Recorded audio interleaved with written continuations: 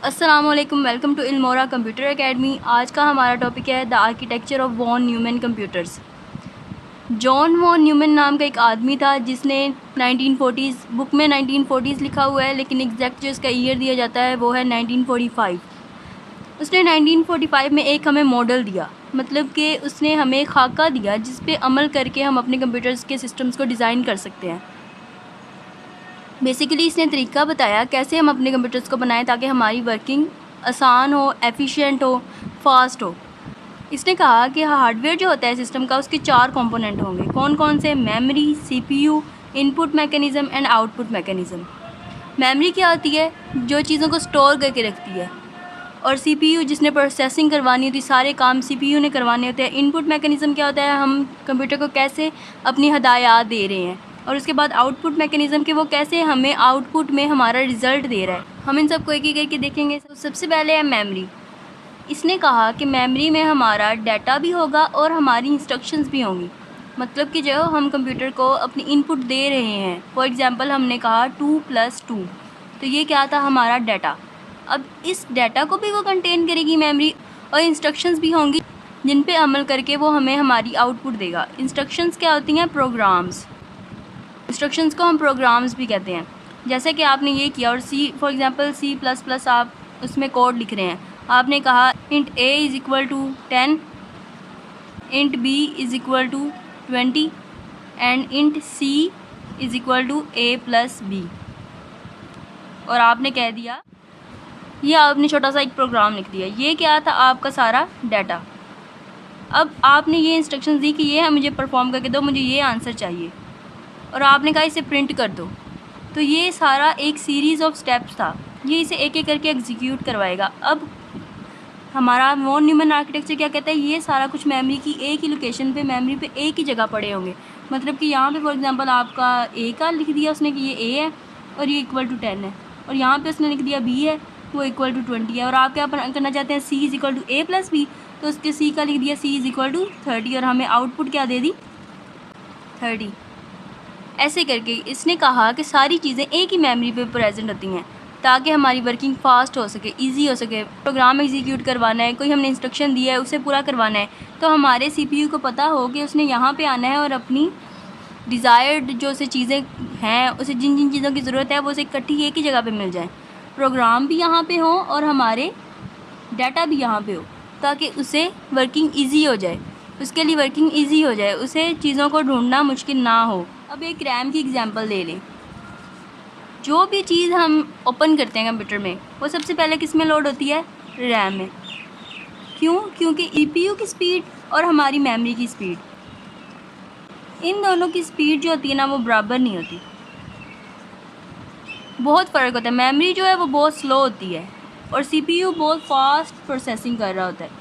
तो इन दोनों को एक दूसरे के साथ कंपैटिबल बनाने के लिए हम रैम यूज़ करते हैं। रैम क्या करती है? जो भी चीज़ होती है उसे यहाँ से लोड करती है और हमारे सीपीयू को दे देती है ताकि हमारी वर्किंग ज़्यादा आसान हो। इसके अलावा और भी चीज़ें होती हैं जैसे कि कैशे मेमोरी, और इसके अलावा रजिस्टर्स।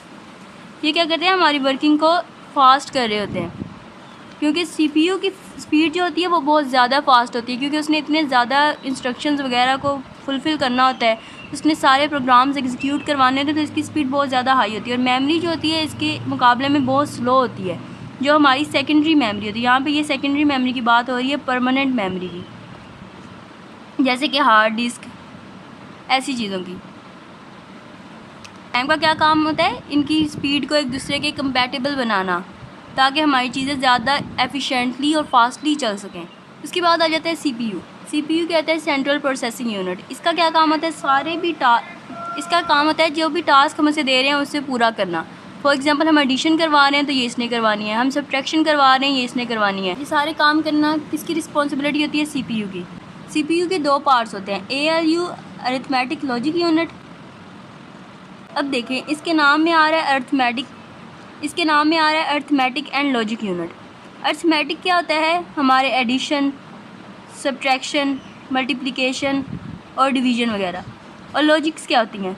जैसा कि equal to, greater than, less than, ये सारी चीज़ें, नॉर ऑपरेशन, और ऑपरेशन, ये सारी चीज़ें किस में आ रही होती हैं, लॉजिक्स में। और अर्थमेटिक में हमारे आ जाते हैं डिवीजन, सब्ट्रैक्शन, मल्टीप्लिकेशन, ये सारी चीज़ें किस में आ रही होती है, अर्थमेटिक में। ALU का काम होता है जो भी ऐसे हमें क्वेश्चंस दिए जा रहे हैं हमारे CPU को, उन्हें पूरा करना, उनके आंसर्स निकालना।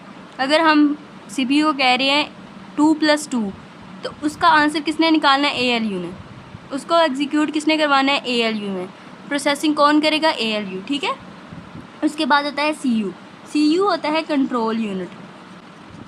अब इसका क्या काम होगा, जैसे इसके नाम से पता चल रहा है इसने कंट्रोल करना है सारी वर्किंग को। इसने अब देखना है कि किस सीक्वेंस में हमारी जो इंस्ट्रक्शंस हैं वो एग्जीक्यूट होंगी और उनकी टाइमिंग क्या होगी। कुछ इंस्ट्रक्शंस होती हैं जिन्हें पहले एग्जीक्यूट करना चाहिए, कुछ होते हैं जिन्हें बाद में करना होता है। तो ये सारी चीज़ें कंट्रोल करना किसका काम होता है, कंट्रोल यूनिट का, ताकि हमारी वर्किंग एफिशिएंट हो, हमारी वर्किंग बहुत ज़्यादा फास्ट हो और आसान हो और हमें डिज़ायर्ड आउटकम कम टाइम में मिले और अच्छे से मिले। ये सारी चीज़ें कंट्रोल करना किसका काम होता है, CPU का। ये होते हैं CPU के दो पार्ट्स, मेमोरी और CPU के बाद आ जाता है इनपुट डिवाइसेस। इनपुट डिवाइसेस कौन सी डिवाइसेस होती हैं, जिनसे हम कंप्यूटर का कोई ना कोई इनपुट देते हैं। हम उसे जो काम करने के लिए कह रहे होते हैं, जो इंस्ट्रक्शंस दे रहे होते हैं, वो हम इनपुट डिवाइसेस के ज़रिए दे रहे होते हैं, जैसा कि कीबोर्ड, माउस, ऐसी चीज़ें।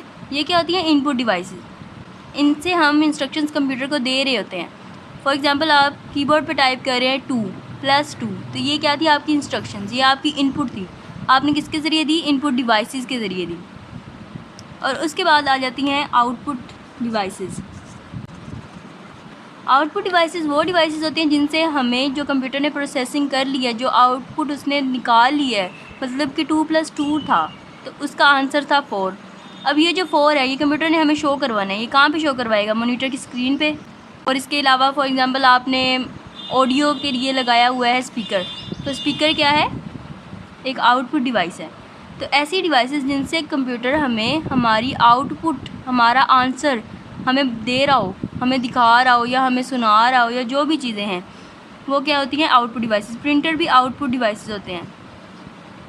इसके अलावा और भी बहुत ज़्यादा हैं जिनसे हम अपनी आउटपुट ले रहे होते हैं। आपने फॉर एग्जांपल टाइप किया था 2 + 2, तो इसकी आउटपुट हमें कहाँ पर शो होगी, मॉनिटर की स्क्रीन पे। तो CPU से प्रोसेसिंग होने के बाद हमें मॉनिटर की स्क्रीन पे क्या हमें शो हुई है, हमारी आउटपुट। तो ये क्या होती है, आउटपुट डिवाइसेस। आउटपुट डिवाइसेस में हमारी बुक में एक और चीज़ भी डिस्कस की गई है जिसे बस का नाम दिया गया। बस को भी हम स्टडी कर लेते हैं। ये हमने पिछले लेक्चर में भी स्टडी किया है, आज फिर से स्टडी कर लेते हैं। बस क्या होती है, ट्रांसमिट करने वाली चीज़। इसका क्या काम होता है, चीज़ों को ट्रांसफ़र करना एक जगह से दूसरी जगह। ये चीज़ों को कंप्यूटर के एक पार्ट से दूसरे पार्ट तक डिलीवर कर रही होती हैं, ट्रांसफ़र कर रही होती हैं। अब बसेस की भी 3 टाइप्स हैं, डाटा बस, एड्रेस बस और तीसरी है कंट्रोल बस। सबसे पहले ये डाटा बस। डाटा बस जैसे कि इसके नाम से पता चल रहा है कि डाटा की डिलीवरी और ट्रांसफ़र के साथ रिलेटेड है। इसने डाटा को एक कंप्यूटर के पार्ट से दूसरे कंप्यूटर के पार्ट तक लेके जाना है। जैसा कि आपने इनपुट दी है अपने कीबोर्ड से, अब ये उस इनपुट को उठा कर लेके जाएगी किसके पास, ALU। फॉर एग्जांपल आपने 2 + 2 दी थी, तो ये किसके पास जाएगी, ALU। ये किसका पार्ट है, CPU का। तो ऐसे ये चीज़ों को कंप्यूटर के अंदर ही एक जगह से दूसरी जगह ट्रांसफ़र कर रही होती है। तो ये होती है डाटा बस, डाटा से रिलेटेड। डाटा को एक जगह से दूसरी जगह ट्रांसफ़र करना या डाटा को लोड करना इसका काम होता है। डाटा को ट्रांसपोर्ट कर रही होती है। और एड्रेस बस, एड्रेस बस सबके नाम से पता चल रहा होगा ये क्या काम कर रहे हैं। एड्रेस बस का क्या काम होता है, चीज़ को कंप्यूटर के एक पार्ट से दूसरे पार्ट पे लेके जाना। फॉर एग्जांपल ये था आपका CPU और ये थी आपकी मेमोरी। इसने डाटा को यहाँ से यहाँ पे लेके जाना है, तो इसके पास क्या होगा, इसका एड्रेस। फॉर एग्जांपल इसका एड्रेस था ABC और इसका एड्रेस था DEF। इसके पास क्या होंगे, एड्रेसेस, ताकि ये चीज़ों को प्रॉपर जगह पे ट्रांसफ़र कर सके, डाटा को एक प्रॉपर जगह पे ट्रांसफ़र कर सके। और कंट्रोल बस क्या होती है, इसने कंट्रोल सिग्नल्स को सेंड करना होता है। अब कंट्रोल सिग्नल्स क्या होंगे, चीज़ों को कंट्रोल करना, सारी चीज़ों को सुपरवाइज़ करना, ताकि चीज़ें एक मैनर में अच्छे तरीके से एग्जीक्यूट हो सके। तो हर चीज़ को कंट्रोल करना किसका काम होता है, कंट्रोल बस का। अब इसने देखना होता है कि सिग्नल सही जगह पे जा रही है, मतलब कि डाटा हमारा सही जगह पे पहुंच रहा है कि नहीं। या पहले कौन सी चीज़ जानी चाहिए, ये सारी चीज़ें किसने कंट्रोल करनी होती है, control bus. Non human architecture का उन्होंने जो मॉडल दिया है वो ये है। इसमें क्या क्या क्या चीज़ें हैं, हमारा memory unit, CPU, output devices और इनपुट डिवाइसेस। अब यहाँ पे डबल एरो का मतलब है कि CPU मेमोरी से चीज़ों को, डाटा वगैरह को ले भी रहा है और यहाँ पे स्टोर भी करवा रहा है। फॉर एग्ज़ाम्पल हमने कोई आंसर निकाला और हमने वहाँ पे से सेव कर दिया। फॉर एग्ज़ाम्पल आपने वर्ड पे एक डॉक्यूमेंट टाइप किया और बाद में आपने उसे सेव कर दिया, तो ये क्या थी, CPU ने मेमोरी पे जाके सेविंग भी करवाई। तो ये दोनों एक दूसरे के साथ रिलेटेड होते हैं और इनपुट हम देते हैं और आउटपुट हमें रिसीव हो जाती है बाइट से। तो ये उसका आर्किटेक्चर का एक मॉडल उन्होंने दिया था। इसी पे वर्किंग करके हमारी कंप्यूटर की आर्किटेक्चर बन रहा होता है, सॉफ्टवेयर्स बन रहे होते हैं। अब इसकी वर्किंग को पढ़ लेते हैं। सबसे पहला है स्टेप फैचिंग। फैचिंग का मतलब होता है चीज़ों को हासिल करना। तो हम चीज़ें कहाँ से हासिल कर रहे होते हैं, अपनी मेमोरी से। अब हमने जो भी चीज़ कंप्यूटर पे टाइप किया वो जाके हमारी मेमोरी में जाके स्टोर हो रही होती है, उसे कोई ना कोई जगह मिल रही होती है, चाहे वो सेकेंडरी मेमोरी में हो, चाहे वो हमारी प्राइमरी मेमोरी में हो। तो ऐसे CPU क्या कर रहा होता है, मेमोरी के साथ रिलेट करके वहाँ से डाटा को ले रहा होता है, जिसे उसने एग्जीक्यूट करवाना होता है, जिसे उसने परफॉर्म करवाना होता है, प्रोसेस करना होता है।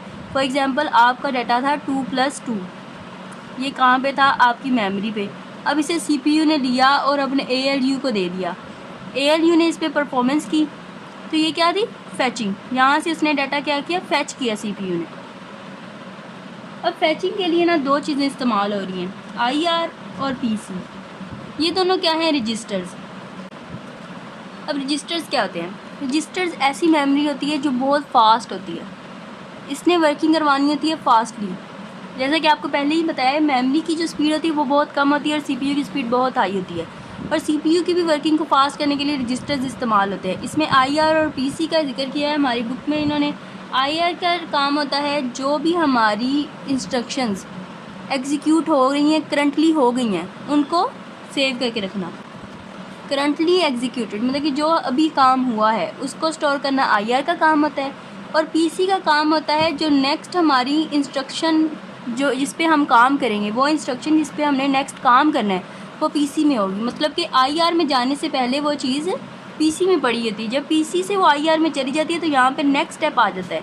फॉर एग्ज़ाम्पल आपने एक डाटा दिया 2+2, सबसे पहले क्या था 2, फिर उसके बाद क्या आ रहा है प्लस, उसके बाद क्या आ रहा है फिर 2, फिर उसके बाद आएगा इक्वल, फिर आएगा 5। तो IR के पास यहाँ पे क्या होगा, करंट क्या है हमारा 2, और यहाँ पे PC के पास क्या होगा प्लस।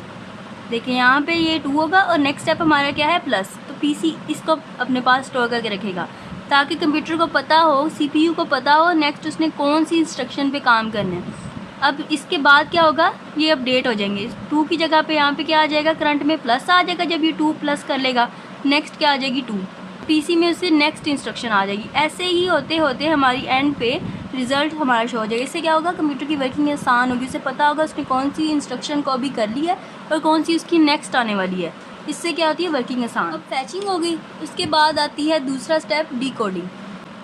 डिकोडिंग मतलब कि हमारी जो प्रॉब्लम है, जो हमने फैच किया डाटा, उसको समझना कि वो है क्या, उसको डिकोड करना, उसमें से हमारी डिज़ायर्ड चीज़ निकालना। मतलब कि समझना ये हमने करना क्या है यहाँ पे। मतलब कि अब 2+2 था तो अब CPU ने समझना है कि यहाँ पे करना क्या है, ये क्या है, डिकोडिंग। अब CPU ने समझना होता है कि यहाँ पे कौन सा काम परफॉर्म करना है। तो ये कौन सा CPU का पार्ट कह रहा होता है, CU का काम होता है डिकोडिंग करना। जो भी हम इंस्ट्रक्शन देते हैं उसे डिकोड करते हैं CPU, और हमारा CPU उसी के लिहाज से फिर आगे वर्किंग करता है। फैचिंग भी हो गया, डिकोडिंग भी हो गया, उसके बाद आ गया एग्जीक्यूशन। फैच का काम होता है इंस्ट्रक्शंस को निकालना मेमोरी में से, डिकोडिंग का काम होता है उस इंस्ट्रक्शंस को समझना कि करना क्या है। अब एग्जीक्यूशन आ गया। एग्जीक्यूशन का मतलब होता है चीज़ को करना, अमल दरामद करना। इसका क्या काम होता है, अमल दरामद करना। फॉर एग्जांपल आपने अपनी अब इनपुट दी हुई थी, इसने डाटा फैच कर लिया यहाँ से 2+2, ठीक है। अब ये यहाँ पे गया, इसने अब इसे डिकोड किया कि आप क्या करना चाह रहे हैं, आप ऑपरेशन परफॉर्म करना चाह रहे हैं सम का। अब सम का ऑपरेशन किसने परफॉर्म करना है, ALU में। ALU क्या है, अर्थमेटिक लॉजिक यूनिट। तो एग्जीक्यूशन में क्या होगा, ALU के पास आपका डाटा चला जाएगा, वो इसे एग्जीक्यूट करेगा 2+2 = 4। एग्जीक्यूशन कैसे होगी, डिकोडिंग के बाद पता चलेगा कौन से हिस्से ने आपका काम करना है। तो ALU से परफॉर्म कर रहा है आपके 2+2 को, तो ये क्या थी, आपकी इंस्ट्रक्शन की एग्जीक्यूशन हो रही है। और अगर आपका कोई टास्क ऐसा था जिसे एक जगह से दूसरी जगह भेजना पड़ रहा हो, तो ये सारा कुछ कौन कंट्रोल करेगा, CPU ने ट्रांसफरिंग एक जगह से दूसरी जगह, टाइमिंग, सीक्वेंस, सारी चीज़ें इसने सेट करनी होती हैं ताकि हमारा CPU अच्छे से काम कर सके। एग्जीक्यूशन भी हो गई। अब एग्जीक्यूशन के बाद आ गई है स्टोरेज। स्टोरिंग में हमारी मेमोरी होगी और हमारी आउटपुट डिवाइसेस होगी। अब जब एग्जीक्यूशन हो जाएगी उसके बाद हमारे कंप्यूटर ने देखना है कि क्या हमने उसे स्टोर करना है अपनी मेमोरी पे या सिर्फ आउटपुट दिखानी है। तो ये सारी चीज़ें करना किसका काम होता है, स्टोरेज यूनिट का। तो आपने 2+2 किया तो आंसर तो आपका आ गया 4। एग्जीक्यूशन हो गई है, आपकी जो इंस्ट्रक्शन थी उसकी एग्जीक्यूशन हो गई है। लेकिन अब आपने देखना है कि आप उसे स्टोर करवाना चाह रहे हैं, सिर्फ मॉनिटर की स्क्रीन पे शो करवाना चाह रहे हैं। अगर आप मॉनिटर की स्क्रीन पे सिर्फ शो करवाना चाह रहे हैं तो आपको शो करवा देगा ये ने 4।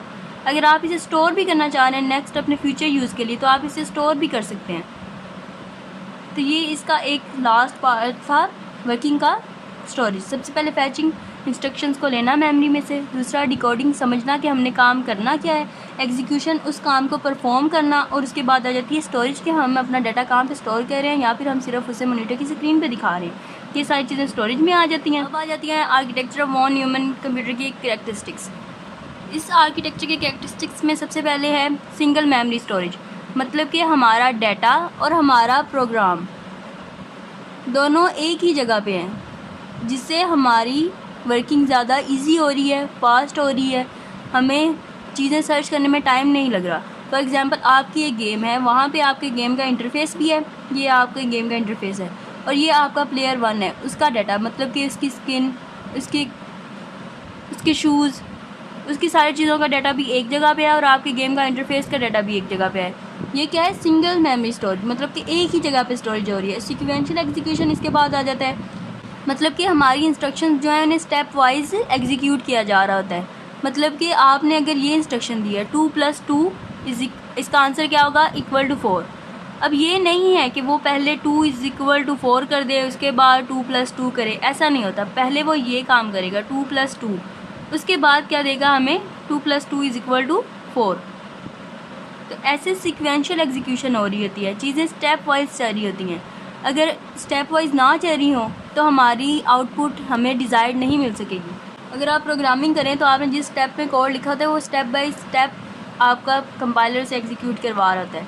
आपने फॉर एग्जांपल एक प्रोग्राम लिखा है तो वो स्टेप वाइज एग्जीक्यूशन हो रही है उसकी। ये नहीं होता कि आपकी जो लास्ट लाइन है प्रोग्राम की वो पहले चल जाए और जो ऊपर है वो रह जाए, नहीं, स्टेप वाइज एग्जीक्यूशन हो रही होती है।